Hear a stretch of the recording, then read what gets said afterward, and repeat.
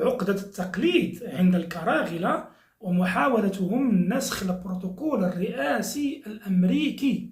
أنتم عارفين مشاهدينا الكرام، كما قلت لكم اللي شافتو غنو بغات منو. النظام الجزائري أو الجزائريين كل مرة يقلدونا، مرة في الأكل، مرة في اللباس، وفي كثير من المرات كيسرقوا لنا التراث ديالنا وكيحاولوا ما أمكن أنهم ينسبوه ليهم.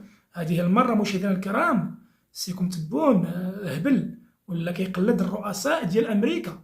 نعم مشاهدينا الكرام، ما لاحظتوش على أن تبون في الأعوام الأخيرة ولا كيركب في طائرة الهليكوبتر؟ في جميع التنقلات ديالو داخل الجزائر كيركب في الهليكوبتر. السيد فاق قال له راسو يمشي لشي مدينة يعيط عليهم ويقول لهم جيبوا لي الهليكوبتر تاعي نمشي بها. وسي تبون راه الرؤساء ديال الولايات المتحدة الأمريكية هم وحدهم الذين لديهم ذلك التقليد، وانت باغي تركبه بالك وتقلد ترامب وتقلد بايدن وتقلد جميع الرؤساء ديال أمريكا. بريطانيا وما دارتهاش فرنسا، ما دارتهاش روسيا، ما دارتهاش الصين اللي هما دول عظمى وعندهم كما نقولوا عندهم باش يديروا داك الشيء. عندهم اموال وعندهم تقاليد وعندهم واحد التقاليد عريقه.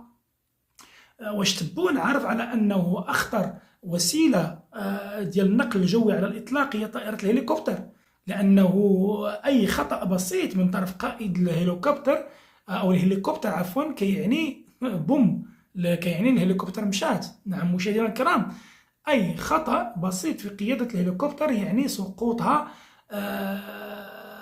في الارض. نعم مشاهدينا الكرام، وعقلوا عليها، شي نهار غادي يقول لك سي تبون انا لله وانا اليه راجعون. كان هنا والسيد بغاه الله خداه الله. عقلوا عليها مشاهدينا الكرام، عقلوا عليها مزيان.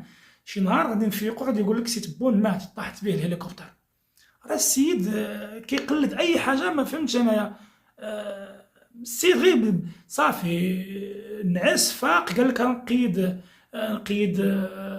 او نقلد الولايات المتحده الامريكيه. السيد فعلا عايش الدور، كيحسب ليه بانه فعلا الجزائر اقوى دوله في العالم. راه بالفعل كيعتقد هذا الفعل هذا. راه ما يمكنش بين ليله وضحاها يبدل البروتوكول ويبدي كيسافر من مدينه لمدينه في الهليكوبتر. راه ما يمكنش. هذاك التقليد ديال الهليكوبتر كاين فقط عند الولايات المتحده الامريكيه. في جميع دول العالم دوله واحده هي اللي عندها ذاك التقليد، هي الولايات المتحده الامريكيه. لان الرؤساء ديال امريكا بحكم ان الولايات الامريكيه يعني جميع الولايات كيكون فيها الاكتظاظ بزاف، فبالتالي ما يمكنش ان مثلا على سبيل المثال رئيس الولايات المتحده الامريكيه ما يمكنش انه يتنقل مثلا من واشنطن الى نيويورك عبر الطائره، لان الطائره كما كتعرفوا كتنزل في المطار. واذا من المطار حتى لذاك المكان اللي غادي يمشي له الرئيس راه كاين واحد لومبوتياج، يعني الطريق مبلعه بكثره السيارات، بمعنى انه ما غاديش يوصل في الوقت. وحتى التحديات الامنيه كتكون صعيبه لانه ممكن يتعرض لمحاوله اغتيال في الطريق. وبالتالي السبب الرئيسي اللي كيخلي